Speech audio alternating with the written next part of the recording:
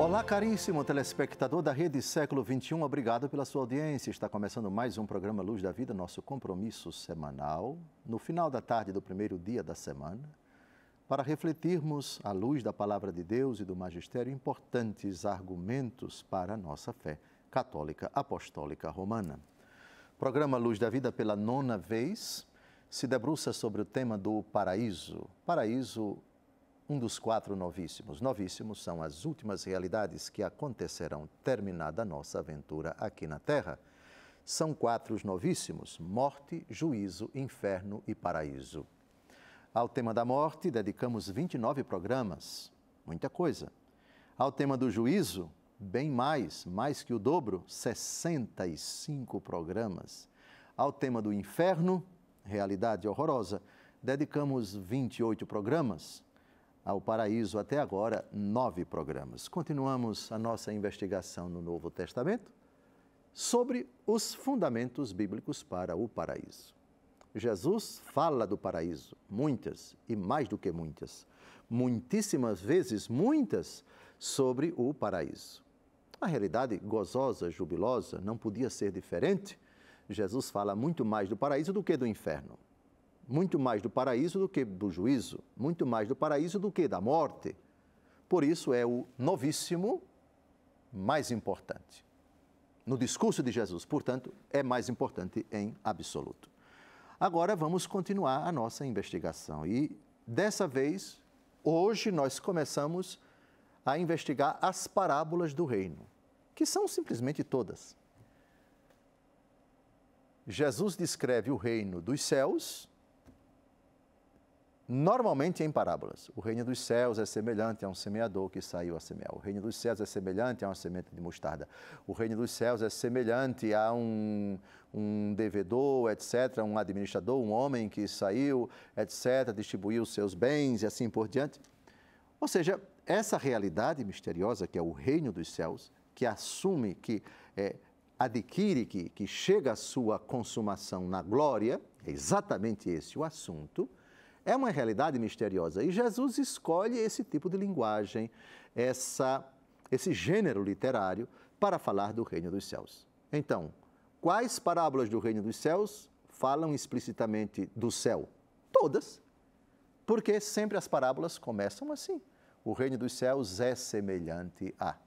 Então, o assunto já é o reino dos céus. O céu, na plenitude da sua, na coroação, no arremate, na consumação do seu itinerário que já começa aqui na Terra. O reino que começa aqui, mas atinge a sua plenitude, a sua consumação na glória. E esse é o assunto, a glória, a felicidade sem fim. No Evangelho segundo Mateus, é o capítulo 13, que começa a falar das parábolas do reino. E vamos ver todas elas. A primeira, uma das raras que Jesus explica. Pouquíssimas parábolas ele mesmo explica. Essa é uma delas. A primeira, a parábola é do semeador, mas nós vamos deixá-la, eu vou explicar por que mais para frente, vamos a uma outra no mesmo capítulo que é a parábola do joio. Jesus explica a parábola do semeador e explica também a parábola do joio. Depois eu explico por que vamos citar primeiro a do joio e depois a do semeador. Com a palavra, Jesus, Mateus capítulo 13, de 24 a 30, que é a parábola, e de 36 a 43, que é a explicação da parábola. Vamos ao texto. Jesus propôs-lhes outra parábola. O reino dos céus é semelhante a um homem que tinha semeado boa semente em seu campo. Na hora, porém, em que os homens repousavam, veio o seu inimigo, semeou o joio no meio do trigo e partiu. O trigo cresceu e deu fruto, mas apareceu também o joio. Os servidores do pai de família vieram e disseram-lhe: Senhor, não semeaste bom trigo em teu campo? De onde vem, pois, o joio? Disse-lhes ele: foi um inimigo que fez isto. Replicaram-lhe: queres que vamos e o arranquemos? Não, disse ele. Arrancando o joio, arriscais tirar também o trigo. Deixai-os crescer juntos até a colheita. No tempo da colheita, direi aos ceifadores: arrancai primeiro o joio e atai-o em feixes para o queimar, recolhei depois o trigo no meu celeiro. Até aqui a parábola. Agora vamos à explicação da parábola. Jesus explicando a parábola. Então despediu a multidão. Em seguida, entrou de novo na casa e os seus discípulos agruparam-se ao redor dele para perguntar-lhe: explica-nos a parábola do joio no campo. Jesus respondeu: o que semeia a boa semente é o Filho do Homem. O campo é o mundo. A boa semente são os filhos do reino. O joio são os filhos do maligno. O inimigo que o semeia é o demônio. A colheita é o fim do mundo. Os ceifadores são os anjos. E assim como se recolhe o joio para jogá-lo no fogo, assim será no fim do mundo. O Filho do Homem enviará seus anjos, que retirarão de seu reino todos os escândalos e todos os que fazem o mal, e os lançarão na fornalha ardente, onde haverá choro e ranger de dentes. Então, no reino de seu Pai, os justos resplandecerão como o sol. Aquele que tem ouvidos, ouça. Vejam que o versículo que nos interessa é esse, é o último. Porém, a parábola é rica demais para nós ficarmos somente em um versículo.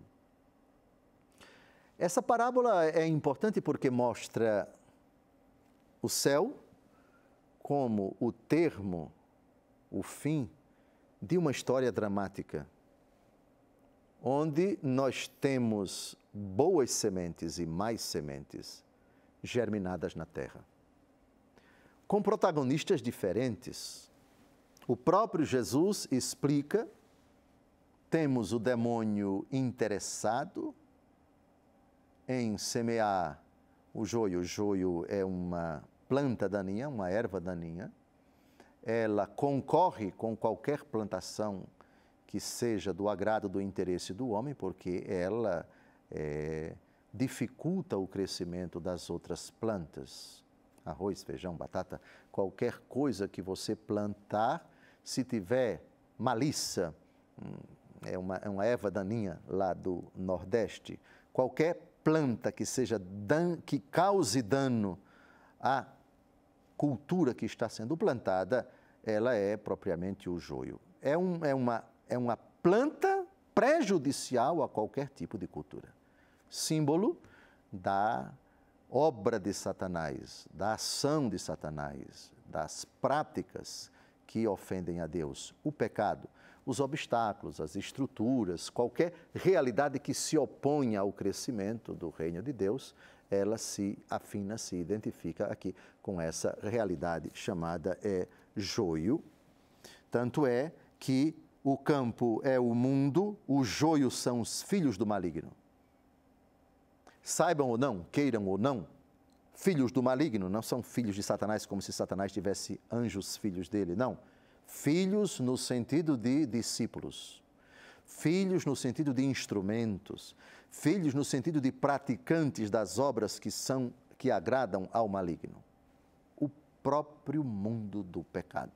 Os instrumentos humanos de carne e osso, que com suas práticas, com suas palavras, com seus pensamentos, com suas atitudes, são de fato os implementadores, os construtores do reino, do império de Satanás no mundo. Vejam que aqui nós temos uma frase misteriosa de Nosso Senhor diante dos seus empregados, diante da constatação de que quem foi que fez isto? Quem foi que semeou o joio no meio do trigo?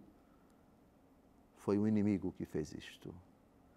A permissão de Deus para que o diabo semeie suas práticas, suas propostas, suas insinuações, para que ele, com a tentação, mas principalmente com o pecado, seduza, engane, ludibrie, espalhe, dissemine embustes, enganos, confunda as pessoas, arrastando-as da verdade para a mentira, da luz para as trevas, para que se construa, se difunda, se aplauda, se defenda tudo aquilo que é obra das trevas, tudo aquilo que se opõe ao reino dos céus. Tu queres que arranquemos, Senhor, a tentação de extirpar com métodos humanos a obra, soluções imediatas, pragmáticas, nós diríamos fáceis, rápidas de serem efetivadas, mas que não resolve o problema. Deixai-as, deixai-as, deixai-as, deixai-as. No final dos tempos, os anjos que são os ceifadores vão fazer a sua obra. E como isso acontecerá? O Filho enviará seus anjos, que retirarão de seu reino todos os escândalos e os que fazem o mal. É a separação. Aquilo que no juízo final é colocar uns à direita e outros à sua esquerda. Mas como estamos tratando do paraíso, o que nos interessa aqui é exatamente, no reino de seu Pai, os justos resplandecerão. Isso depois que os escândalos e tudo aquilo que é contrário à vontade de Deus vai ser lançado na fornalha ardente, onde haverá choro e ranger de dentes. É curioso que a primeira coisa que os anjos vão fazer é precipitar no inferno os filhos do maligno. Só depois, uma vez você tirando esse fermento da iniquidade, você separando, discernindo, afastando bem os dois frontes, é que se fala, os justos resplandecerão como o sol. Imagem que é tirada de Daniel, capítulo 12, versículos de 1 a 3, que nós vimos aqui quando estudamos o Antigo Testamento. Ou seja, o céu como prêmio para aqueles que de fato colocaram, permitiram, aderiram, se abriram a adesão do seu coração a essa semente que foi lançada por Deus Todo-Poderoso, a boa semente que foi semeada no campo. Inseridos no mundo, eles permitiram que essa semente fosse lançada e essa semente germinou no seu coração e despertou, cresceu, adquiriu forma, incorporou-se e redundou no derradeiro instante da vida como uma árvore frutífera, como uma árvore abundante, que é verdade para dar muitos frutos, sofreu muito porque concorreu, porque enfrentou, porque conviveu com os maus frutos, com o joio, com essa realidade de oposição, de recalcitrância, de dureza de coração, os percalços, os obstáculos ao reino de Deus nesta vida, eles que tiveram da parte de Deus muita paciência, não vou tirá-los agora, não vou puni-los agora, vou deixar que eles cresçam, mas no final dos tempos faremos a devida separação.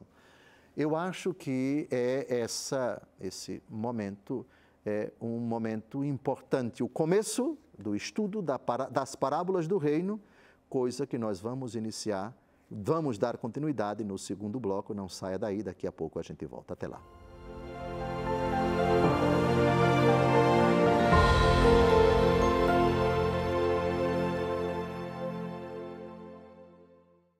Continuamos a nossa investigação nos Evangelhos sobre os fundamentos bíblicos para o paraíso.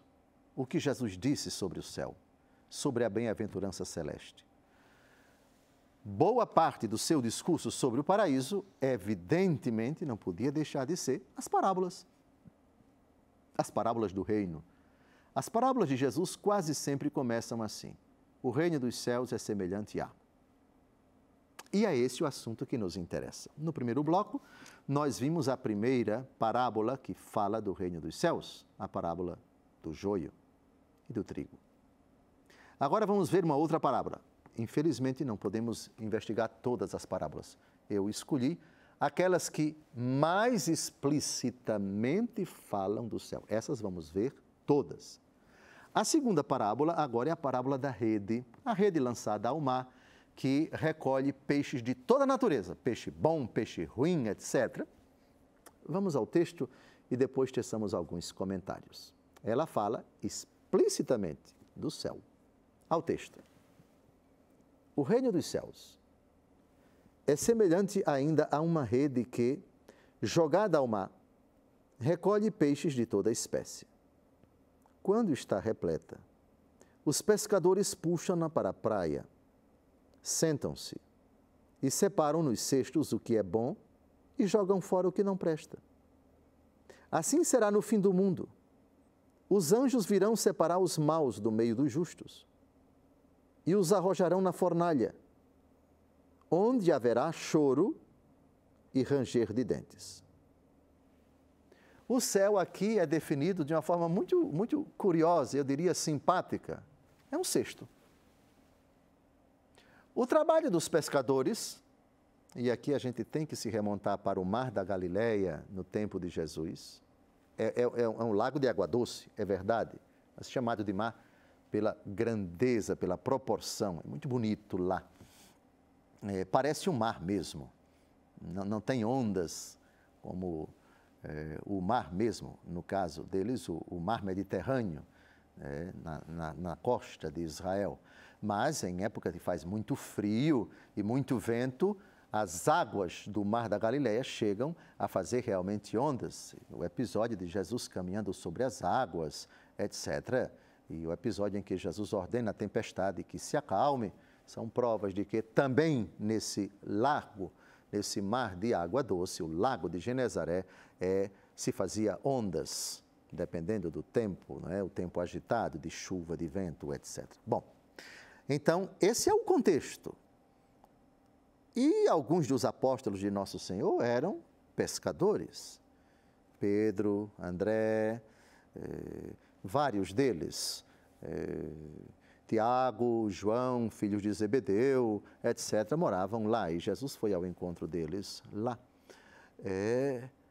Então, o que é que nós temos? Nós temos uma parábola que Jesus utiliza com elementos, com exemplos, com fatos que eram muito conhecidos de alguns dos apóstolos e fatos que faziam parte, que integravam a vida dos pescadores que moravam nas cidades às margens do Mar da Galileia, Tiberíades, Corozaim, Betsaida e principalmente Cafarnaum. Pois bem, então, depois da pesca, não importa a quantidade de peixes, terminaram de pescar. O papel dos pescadores arrastar a barca para a praia, se sentar e fazer a separação. Quando você joga a rede, vem tudo ali dentro. Vem peixe bom, vem peixe ruim, vem coisa que nem peixe é, e é preciso fazer esse trabalho de separação. O próprio Jesus dá uma explicação a essa parábola, porque ele diz, precisamente, no fim do mundo, isto é, no final da pesca, isto é, no derradeiro instante da história da humanidade, será feita uma separação, será feita uma distinção. E essa distinção não será feita pelo próprio Cristo, porque ele tem executores para fazer isso, os anjos. Virão separar os maus do meio dos justos. O texto não diz o justo do meio dos maus. Eu era pequeno lá na minha terra, mamãe, quando comprava feijão na feira, ou arroz também, ela derramava assim em cima da mesa de madeira e pedia para eu separar, eu e meus irmãos, e a gente separava aqueles grãos que não prestavam e a gente jogava fora, de sorte que só ficava para ir para a panela os grãos bons. Mas primeiro, antes de desfrutar desse feijão, antes de cozinhar o feijão, precisava-se fazer uma separação. O arroz também. Hoje não, se faz pouco isso, porque se compra em supermercado, etc. Mas ainda tem na feira isso. Ainda nas cidades do interior se faz esse trabalho muito interessante. É o que Jesus ensina aqui. No derradeiro instante da história da humanidade haverá uma separação. Já falamos do inferno, e não, portanto, separar os maus e os arrojarão na fornalha, onde haverá choro e ranger de dentes. Já falamos disso quando abordamos o tema do inferno. O que nos interessa agora, porque nessa parábola a expressão que fala do céu é esta. Quando está repleta, os pescadores puxam-na para a praia, sentam-se e separam nos cestos o que é bom e jogam fora o que não presta. Colocar nos cestos o que é bom. Para o céu irão apenas os bons. Entenda-se, os santos. Esse cesto é símbolo do céu. Os anjos vão colocá-los aqui nesse lugar, privilegiado. Sim, porque é o fruto, é o que se espera, é o que se deseja depois da pesca. A pesca é feita para que nos cestos sejam colocados peixes. Peixes bons. Repare que o que não presta é pedra, ramos, coisa tralha que veio do fundo do mar, porque a rede pega tudo. Aqui na terra, o anúncio do reino dos céus, a pregação do evangelho é dirigida a todos. E ninguém pense que aqueles que professam a fé e são batizados, presume-se que naquela hora estão convertidos. Mas a pergunta é: todos? Não tenho condições de dizer. Mas depois do batismo, dentro da igreja, dizer que todos são bons? A rede traz tudo. Traz para dentro da igreja bons e maus. Fora da igreja também, mas aí é uma outra ótica que eu não quero entrar aqui, porque falar da salvação fora da igreja, que é um assunto maravilhoso, abordado pelo próprio Jesus e pela igreja, a doutrina da igreja é bem clara sobre isso, mas não vamos tratar disso. Vamos tratar para os padres da igreja, essa rede é a igreja. Trazer, abarcar, trazer tudo para dentro da igreja. Sim, dentro da igreja há bons e maus. Há peixes que prestam e há peixes que não prestam. Na história dos homens, convivem bons e maus, convivem filhos da luz e filhos das trevas. É no fim do mundo que haverá a distinção. É no fim do mundo que haverá a separação. E reparem aqui como é descrito o trabalho dos pescadores. Puxam-na para a praia. A praia é símbolo do fim do mundo. A praia é o termo de um trabalho. Trabalharam no mar, chegaram do mar, pronto, terminou a pesca, terminou a aventura humana, terminou o trabalho do recolhimento. Agora é o momento da separação. E a separação é feita com critérios. Não se coloca nos cestos peixes maus, só os peixes bons. O que não presta, fica de fora. Isso evoca uma característica de Deus, ele julgará com imparcialidade. Ninguém vai entrar no céu sem merecer. Também ninguém irá para o inferno sem desmerecer. Se vai para o inferno é por demérito seu. Se vai para o céu é por mérito seu. Mérito não de justiça, mas de graça. Porque em absoluto ninguém merece diante de Deus. Não existe mérito de justiça diante de Deus. Ninguém pode reivindicar nada diante de Deus. Se os peixes são bons, são pela graça de Deus. Quem se gloria, glorie-se no Senhor. Eu vivo, mas já não sou eu que vivo, é Cristo que vive em mim. Portanto, o que é que nós temos nos cestos? Nós temos uma colocação criteriosa e imparcial dos pescadores, no caso, os anjos, que vão, de fato, inserir nesse recipiente gozoso, jubiloso, os cestos, símbolo do céu, a entrada, o adentrar no festim dos eleitos, muito bem, servo bom e fiel, uma frase de Jesus, ou então, vinde benditos para o reino do meu Pai, preparado para vós desde a criação do mundo. O céu aqui é descrito como o fim de uma história que começa com os pescadores que lançam a rede ao mar. O mar é o mundo. A rede é o trabalho da igreja, é a própria igreja que traz, que tira do fundo do mar e coloca dentro da barca, que também é símbolo da igreja, e arrasta para a praia, ou seja, para o ocaso da história. Todos eles, a separação não é agora. Até o final dos tempos, peixe bom convive com peixe ruim. E a separação convém que só seja no fim do mundo, porque o peixe bom pode se tornar peixe ruim. Quem está em pé, tome cuidado para não cair. E o peixe mau pode se tornar peixe bom. Lembra-te de mim, Jesus, quando estiveres no teu reino. Pacientemente, por uma lógica, por uma paciência que nós não compreendemos, mas que é própria de Deus, no fim dos tempos haverá a separação.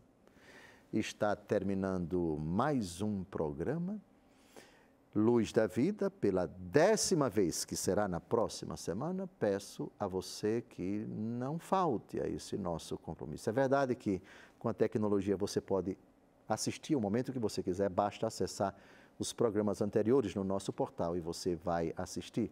Mas, se possível, assista domingo, 5 da tarde. Todo domingo, se você puder, tenha esse compromisso para acompanhar conosco o desenvolvimento desse assunto tão fascinante. Ainda continuaremos a investigar no Novo Testamento os fundamentos bíblicos para o paraíso. Deus abençoe sua vida. Uma semana cheia de graças. Até o próximo domingo, se Deus quiser.